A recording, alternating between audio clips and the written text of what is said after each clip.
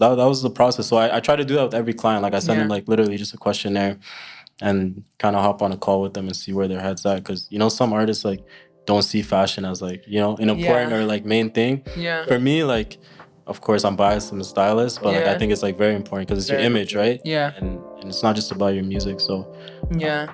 Thankfully, like Arden, he understands that. So, Yeah. No, that's amazing. I love that.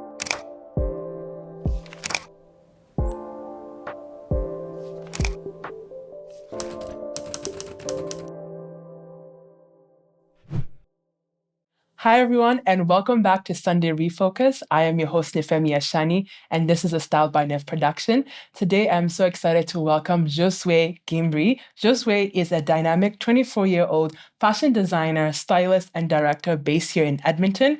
He's the visionary founder of the renowned brand Second Coming and the creator of NICE2CYOU, a series of curated event experiences in the city that uniquely blends inclusivity, community building, and unforgettable moments.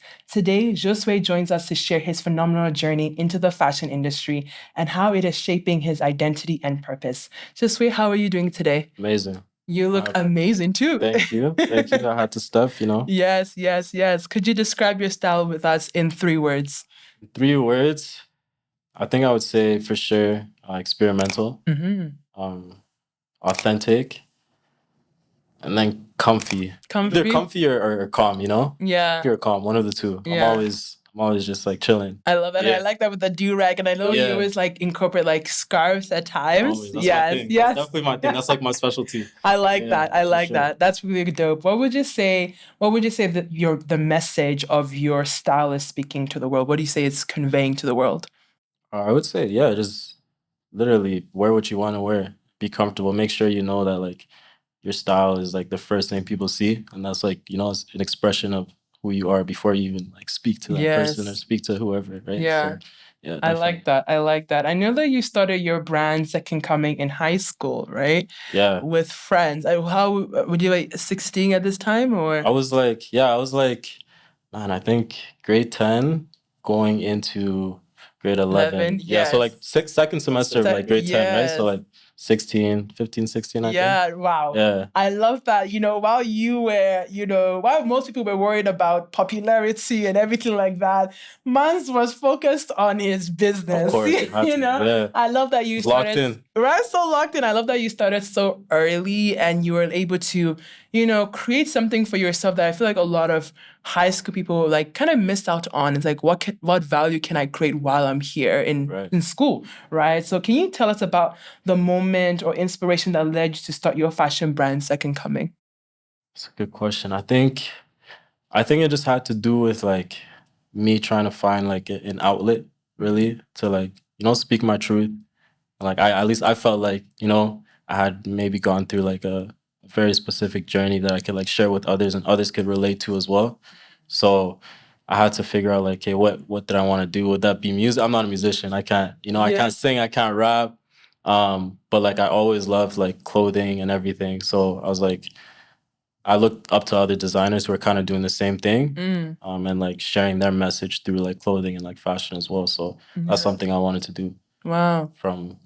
And who would you say like were the people who inspired you at the very start to be like, you know what, I think I can do this. I can start this. At the very start, I remember watching like ASAP Mob like videos on YouTube. Like that's all I would do. I would like binge watch their videos. And there was Ian Connor as well, like that whole camp. Yeah. Nah, I don't watch him anymore. Yeah. He's like, disclaimer. Exactly.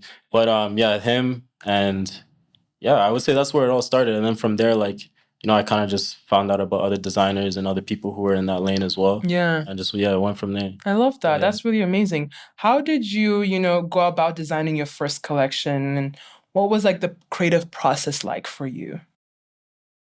First collection. And do you still remember? Looking back, wow, my first collection, looking back, I actually think it's so trash. But you start from like somewhere. You gotta start from somewhere. Exactly. So I think for me, like the first thing I did was like, okay, I didn't have that much money at the time, right? Like I was working my first job, I was working at Tim Hortons. And I was a youth, like I was a kid, so I was spending my paychecks. Like every time I would get a paycheck, I would just spend it.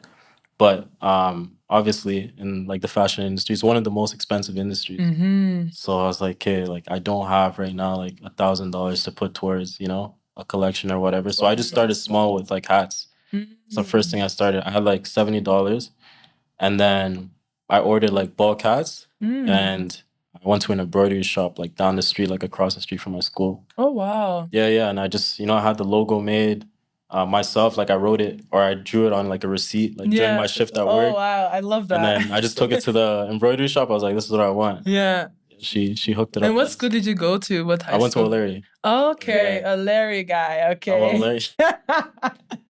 Yes, I went to O'Leary. Nice. I love how like the journey is such a humbling beginning. You know, being that like you worked at Tim Hortons and doing your breaks or maybe doing work, you're like, let me sketch this thing. No, You literally. know, it's that's such a beautiful thing, and seeing how like the growth in that. Yeah. You're right. Love I that. really admire that. Thank you. What made you keep making more? You know, after your first launch, you were like, oh, perhaps maybe you were feeling like confident. Or Yeah. what would you say kept you going after that? I think I just fell in love with it, honestly. Yeah, just the fact that like I could create something that's like at that time like on a receipt or like in my sketchbook and then put it out into the world and like it becomes like an actual thing. Yeah. It's like just so fascinating to me. Yeah. And then the people buying it as well. It was like, okay, people actually rock with this. Like they like what I'm, you know, designing. So I was like, I'm gonna keep doing this. I love that. This is my thing. And what would you say like the community aspect at the beginning, would you say that you had a lot of support, or was the support sort of like it came on later on? Like what was that like for you? Honestly, barely any support. I would say like in my close circle, yes. Yeah. But like even in my close circle, and like I don't blame them, you know. But naturally, like humans, like at that time at least, it's like, yo, what are you doing? Like, what do you? You're 15, like you're starting a business. Like, who do you think you are? Like that was the vibe I was getting from a lot of people. Yeah. And I think at that time it was like very foreign for like a person at that age to like, you know, try to like start Pursue something. that. Exactly, especially like a person of color. Like that wasn't really a thing. Yeah. And so yeah, I just kept my head down and just kept going. So as far as like community, when I started releasing like consistently and like people started coming on board, like I started posting on Instagram and like people were like, okay, like this is, you know, this is something serious. Like I haven't seen something like this. I love that. I love how like regardless of the voices or not like having support, you're like, I believe in this vision. Definitely, yeah. I'm gonna pursue this. Like I think a lot of times like what you're just saying, that could be discouraging to a lot of people. For sure. They can be immediately like, you know what, let me just put my sketchbook away and just focus on making this money or whatever it may be, or just focus on my books. Like, yes, focus on your books, guys, but like, still, I'm trying not promote educate, but yes, but at least doing something you're passionate about. No, for sure. Right? So I love that you have that energy in you. Would you say like your upbringing made you that way? Because I feel like a lot of people do feel discouraged, right? So what would you say kept you in a way going? I think for me, like I was definitely a little stubborn, right? Like more towards like I was very confident for sure. Like my parents like instilled in me like you could do whatever you want. You know, always like you can be great, you can be greater than us. Like they would always tell us that, me and my siblings. So just that like definitely like wired my brain like whatever, I don't really care what anyone thinks. Like I think, but you have to be a self-starter, right, in this type of business, because you're always gonna get people who are gonna have different opinions. But you can't let that sway you or anything like that. You can't at all. You gotta be ready for it. You gotta be ready for it. Especially in the fashion industry, like you said, it's very expensive. It's so cutthroat. Yeah, it's expensive, It's cutthroat.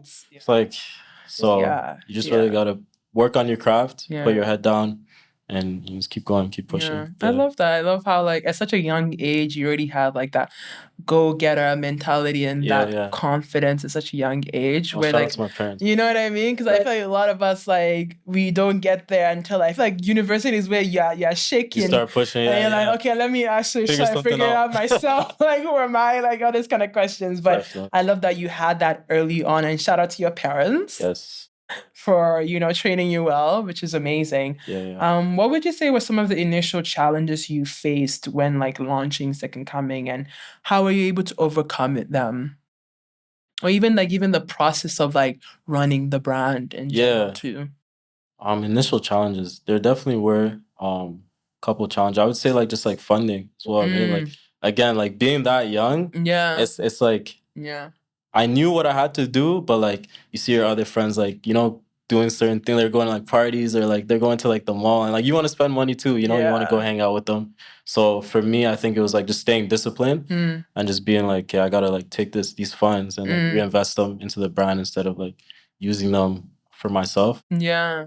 Until I get to that point where I can, Yeah. like split it up. Like, okay, I have enough for like business funding, and I can do my thing with the other half of it, like I personal like stuff. that. That's like a level of discipline that you have Yeah, no, for sure. to do So that. for sure, and Yeah. that was definitely the hardest part. So, other than that, I think everything from there. Like I tried to have fun with everything as well, right? Like not take it too seriously, and yeah. And I would love to know, like, what makes Second Coming stand out in the fashion industry? You can say maybe in Edmonton or just in like the industry overall. Yeah. And how do you maintain that unique identity? Like, how have you been able to maintain what makes you stand out as a brand? That's a good question. I would say like the storytelling. Mm. The storytelling and like just the community aspect of it. Yeah. I think that's like for sure the most important thing for like brand building. Yeah. When you're coming into the game, like you can have like amazing designs and everything, but like how are you gonna relate to the masses, right? So I had to take my story and like kind of mold it in a way that can relate to like everybody, like the general public. Not everybody, obviously we have like a target audience. Exactly. But relate to, our audience. And then the community aspect, like there's a lot of brands in outside of Edmonton. I think now in Edmonton, like we're seeing a lot of community with like within the brands and stuff. But before, there wasn't really any. Just Like, trying to get sales. yeah, it's just sales. But like, it's one thing to be like an online brand. Yeah. But it's another to like actually like see people and like they can feel the brand's energy and like feel like what you guys are trying to bring to the table. Yeah. So. I know that right now, like you're sort of like taking this break with Second Coming, and even speaking on the community, you've been able to create a sister company, which is nice to see you, right? So you've been able to extend that branch of community and build even like a larger community, right? So it's really inspiring to see like what you're doing here, activating spaces, curating experiences. It's giving. I really like it. I love what you're doing with Nice to See You and just like the curative element and how you're able to merge fashion, music, and culture. Because you have like themes. I remember you had like was it like a jean, a denim one, or even like a 90s like themed 2000s did a leather party. Yes. You've done so many different things with it, so many different thematic like experiences that you have brought into the spaces that you collaborate with, right? Can you describe one of your most memorable Nice to See You event and what made it special for you? The most memorable one. For me, I think the Afrobeats one. Honestly, the Afrobeats one was crazy. Like, like just seeing like how many people came out, just for like that one theme because it's like Afrobeat night. It was just amazing to see. It was like different types of people, and also like our first party, like ever. So I was like, I think the last day, like 2022, December 30th or December 31st. Okay. But that was insane. Like people just trying to get in, like seeing people like lineups, like by the door. So that was really good. Like it felt really nice. Like the work that we've been putting in behind the scenes is like, manifesting to the public. And I know that you have a team of people, right? So like how has that like been for you, like working with a team of people to activate spaces? Like, do you find it very challenging, or is it something that you're like brings more ease to the curativeness of what you're putting out there through Nice to See You? Yeah, so we have a team of for Nice to See You, a team of 3. It's me, Joma, and then Vivian as well. And so I think it's amazing. Like it helps a lot because like personally, like I'm very good at like certain things. But I'm also lacking in like areas. And they kind of like fill the roles in, and we honestly make the best team. So it's been a great experience, and like we know like exactly what we need to do to like make an event like a success.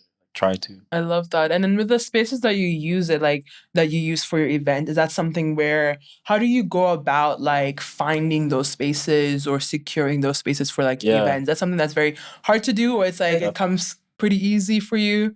I think I think just due to like me being like in the scene for like a while, like I've honestly produced like a lot of connections. Like Raylan from, I know you know Raylan. Yes, Probably yes, tomorrow. yes, Shout out yes. to Raylan. Yeah.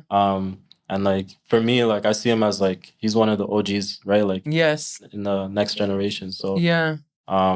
he put me onto like a lot of different spots. Like he put me onto the 9910 spot where we Okay. have done like most of our events. Mm-hmm. And then from there, like you just meet other people and like Yeah. yeah. No, So I love that. I love that. I know that one thing that you share on your website is like inclusivity and community building. How do you yeah. ensure that your events foster those core pillars that you express? Yeah, I think just being very inviting. Like what we wanted to do with Nice to See You was like not take like the aspect of like, you know, the club scene where things are like very exclusive and like people feel like, or if you're not in a booth and like, you know, just standing around type thing. We wanted to like remove that from the equation. Like that was the whole idea. So with Nice to See You, like everybody's kind of on the dance floor, right? And you know, people are like talking, they're having a good time. And so that was very important for us. Like I think that's like the main thing for sure. I love that. Yeah. People, they all feel like welcome. At least I hope, you know, like from what I heard. Yes. No, that's good. Like I love how like you're creating this space where everybody feels seen and welcome, like you said, and just like being able to engage naturally and easily with everyone else that's around them. Definitely, right? So that's amazing. I'd love to know like what has been some like key lessons you have learned recently from organizing and curating these events, because you've been doing this since like 2022, right? Yeah, for Nice to See You. Yeah. So it's been quite a bit that you've been doing this. So has there been any, and wanting to throw events is not an easy thing. It's a whole production. You know what I mean? Sure. So it's like what have been those key lessons that you have gained from just doing this consistently, right? Organizing, curating the events. Yeah. I mean, it's tough. Like for me, naturally I'm an introvert. Believe it or not, I'm actually very introverted. Yeah, I don't believe it. But like, you know, being in like the scene, like you kind of gotta like force yourself to like be out there and like talk to people and communicate and stuff. But yeah, I mean, I give credit to my team. Like we built like a strong event company, and you know, been able to like just create that community aspect and everything. Yeah. Oh, I like that. That's really good. And moving into styling now, because I know that's another thing that you are really, really good at. I love the way Thank you. fit that, you know what I mean? And you've really recently taken up this talent. I feel like you've been doing this like even with Second Coming, but more so of like a solo thing as like you're styling other people now. Yeah. I think was this like last year or Yeah, honestly it's a new venture. Like, and the way it happened was like very like natural, you know, like I didn't like plan, because obviously I quit my job, right? And like the plan was to like focus on other things. But like styling wasn't in the back of my mind until like Arden reached out to me. It's like, yo, like, you know, I need a stylist. Like, do you want to come on board? And I was like, it was kind of perfect timing because like I was already about to leave my 9 to 5. So I was like, yo, why not? Yeah. Obviously, like you mentioned, right? Like I've done it with Second Coming and I've been in like fashion for a little bit. So yeah. it was just No, I love how like, and looking at art, I was even gonna mention that, but since you mentioned and looking at Arden's like upgrade and his fits and everything, like you see it. He's looking good. And then he was telling we went for lunch. He was just like, yeah, you know, I've got this from Anonymous. I was like, oh, you got Anonymous merch? He's like, okay, I see you. I love the way, even for his videos and everything, like how it's like looking. It just feels more like him, right? I can definitely see that. And I love how both of you have this unique understanding of each other and what you both want, right? So I would love to know, just like in general, of like, I guess even styling him or like other clients, like what like factors do you, like how do you approach styling for your clients, and what factors do you consider most important when you're styling? I guess for example, like we can talk about Arden, but yeah, let us know like what that process is for you. No, for sure. Like for me, like I think the most important thing was like to understand like their vision. Like in this case, Arden's vision. Yeah. So I remember I like I created like a document like with like maybe like 10, 15 questions. And I was like, yo, I need you to answer these questions. Yeah. And it was just about like, yo, who's his inspirations, like music wise, like how seriously does he take fashion, like you know, any like fashion influences, like even outside of like the music game as well. So he answered that, and then we kind of like just collaborated, you know, it worked out. And I was like, who's your favorite brands? And I made sure like I tried to see if I had like any connections within like, you know, those brands. Yes.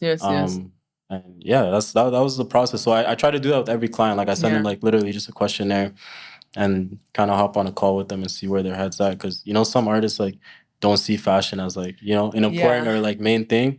For me, like, of course, I'm biased, I'm a stylist, but like I think it's like very important because it's your image, right? And it's not just about your music. So thankfully, like Arden, he understands that. So, no, that's amazing. I love that. Like you even try to explain that, like helping them see like, oh, like if you want to be an artist that is known, you gotta have the right image. Not trying to copy someone else's image, no, but like have an understanding of like who am I, like on set, on social media, when I'm on roads, right? What I mean? So it's good that you have that understanding and you're able to guide Arden and all your other clients as well in that area, right? For sure. And in what area would you say within like your approach to styling is like the most important part for you? The most important part, I would say, just making sure the client is like on board with the vision and everything. Because like for me, like ideally, like I'd want you to, you know, step outside of like, what you're used to. Maybe not too much, but like we can get there eventually. So I want them to understand that like it's not just about like putting on clothes, you know, like this is we're telling a story here, you know, with your fits and everything. So just getting them to understand that. Some do, some don't. But you know, that's just how it is. And I feel like that can also be the most challenging part, like trying to get them to understand. Definitely, you know what I mean? for sure. Some people are very like stubborn. You gotta find ways to explain it. Like some people are just there's a lot of, and you know, rightfully so, like you can be stubborn like in your vision. But yeah, ideally, like in that sense, you want to be like more open, you know, and just like at least try it. If it doesn't work out, then okay, like we can just you know, do something else and like, adjust. And I like that because earlier you mentioned how like your style is very calm, and I can also see that even through like your demeanor, like how you carry yourself. So I feel like for the clients, like you can even correct me if I'm wrong, like can see how they can trust you because you're very calm and confident in yourself, right? And I feel like that's very important for any stylist to just be really, you know, sure of what you're doing, what you're saying, what you're suggesting to your clients, right? So no, that's really good. They see you as an expert, of course, right? So no, I love that. And I'm going into just our creative industry, right? Like what advice would you give to aspiring fashion entrepreneurs, perhaps maybe looking to start their own fashion brand or creative venture? Maybe they want to be a stylist or director. I would say definitely invest in yourself. And just, like if you can, like just take the leap, like just to, you know, at least go all in. Even if it's for like 6 months, you know, or like a year, like just try and see like if this thing will work. If it doesn't, like you always have like a, you know, hopefully a backup plan. But especially at this age, I think it's like the perfect time to like just jump in the water. And like just, you know, figure out how to swim. Like really. So that's kind of what I did. And like you just learn as you go. You're gonna make mistakes, but you just keep going. No, I like that. And you being that, you know, your role in the fashion industry here in Edmonton, what is one thing you believe the Edmonton fashion scene needs for it to grow, and what can we do to start today? Yeah, no, that's a good question. I would say like for sure community. I think like, and not even just fashion, but like in different like creative areas, like in the city, Alberta, Canada in general, there's like a lot of ego involved. And a lot of gatekeeping. I'm honestly like not completely against gatekeeping, like to a certain extent.